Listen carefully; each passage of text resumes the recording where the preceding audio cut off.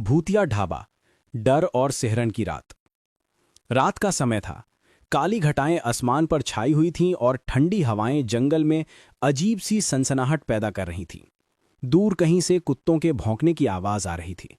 उसी सुनसान जंगल के बीचों बीच एक पुराना टूटा फूटा ढाबा खड़ा था। लोग कहते थे कि कई साल पहले इस ढाबे में एक अजीब हादसा हुआ था। एक औरत जो वहां समोसे बेचती थी, अचानक रहस्यमय तरीके से गायब हो गई थी। उसके बाद से रात के समय उस ढाबे से चीखने और हंसने की आवाजें आने लगी। कई लोगों ने उस औरत की भूतिया परछाई भी देखी थी। तब से वहां कोई भी इंसान रात को नहीं जाता था। लेकिन राजू, गांव का ही एक निडर और थोड़ा अकड़ू लड़का, इन बातों को सिर्फ अंधविश्वास मानता था। वो हमेशा अपने दोस्तों से कहता, भूत प्रेत जैसी कोई चीज नहीं होती, सब मन का वहम है। एक दिन उसके दोस्तों ने उसे चिढ़ाते हुए कहा, अगर भूत नहीं होते तो आज रात उस ढाबे में जाकर समोसा खाकर दिखाओ। राजू को अपनी बहादुरी साबित करने का ये मौका अच्छा लगा। वो मुस्कुराते हुए बोला, ठीक है, देख लेना, मैं आज रात वहां जाऊंगा और समोसा खाकर वापस लौटूंगा। फिर तुम सबको साबित हो जाएगा कि ये सब बकवास है। रात के 12 बजे राजू अकेले ही उस सुनसान रास्ते पर निकल पड़ा। रास्ता बिल्कुल खाली था। सिर्फ झींगुरों की आवाज और दूर से आती हवा की सीटी सी आवाज सुनाई दे रही थी। जैसे ही राजू ने ढाबे का दरवाजा खोला, दरवाजा अपने आप कर्कश आवाज के साथ खुला, मानो सालों से किसी ने उसे छुआ ही ना हो।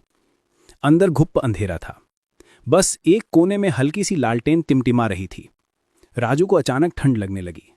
हवा बहुत भारी और अजीब महसूस हो रही थी। टेबल पर गर्मा गर्म समोसे रखे हुए थे। राजू के मन में सवाल उठा कि इतनी रात में इन्हें यहां कौन रख गया। तभी उसने देखा कि एक बूढ़ा आदमी कोने में बैठा हुआ है। वो बिना पलक झपकाए राजू को घूर रहा था। राजू ने कांपते हुए कहा, अंकल, एक प्लेट समोसा और चाय लाना। बूढ़ा आदमी धीरे धीरे खड़ा हुआ और गहरी भयानक आवाज में बोला, यहां सब कुछ मुफ्त है, लेकिन कीमत तुम्हारी आत्मा होगी। राजू का दिल जोर जोर से धड़कने लगा। उसने हंसते हुए कहा, मजाक कर रहे हैं ना? कैश चलेगा या यूपीआई है आपके पास?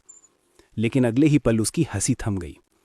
वो बूढ़ा आदमी धीरे धीरे हवा में गायब हो गया। राजू के पैरों तले जमीन खिसक गई। अचानक ढाबे की लालटेन बुझ गई और चारों तरफ घना अंधेरा छा गया। फिर पीछे से एक भयानक हंसी गूंजी। हा हा हा हा। वो हंसी इतनी ठंडी और डरावनी थी कि राजू का खून जम गया। उसने कांपते हुए पीछे मुड़कर देखा। उसके सामने एक पारदर्शी औरत खड़ी थी। उसके बिखरे हुए बाल, खून से भरी लाल आंखें और फटी पुरानी साड़ी। वो धीरे धीरे हवा में तैर रही थी। भूतनी ने ठंडी डरावनी आवाज में कहा, क्यों आए हो यहां? ये जगह तुम्हारे जैसे इंसानों के लिए नहीं है। राजू की सांसें तेज हो गईं।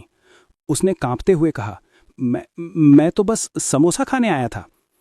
भूतनी ने जोर से चीखते हुए कहा, जो यहां खाता है वो कभी जिंदा नहीं लौटता।